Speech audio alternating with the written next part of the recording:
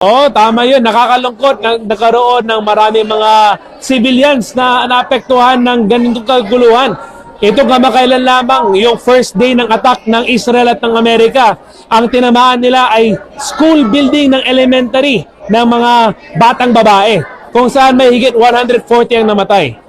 Yun po ang na-target, isang paaralan kung saan may higit 100 na mga kabataan na babae na nag-aaral ang namatay. Sabi ko, ito ba ang gusto ng natin sa gera? Ito ba ang objective ng iba't ibang bansa na mga bata apektuhan? Dapat hintuin ang gera na ito. It must really be an iron fist. At dapat hintuin ng lahat na ito.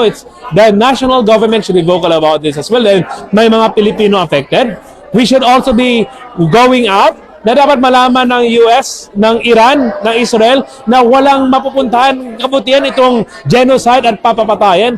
It must be stopped. Dahil nakikita natin, wala namang mananalo sa gera eh. Talo lahat dito.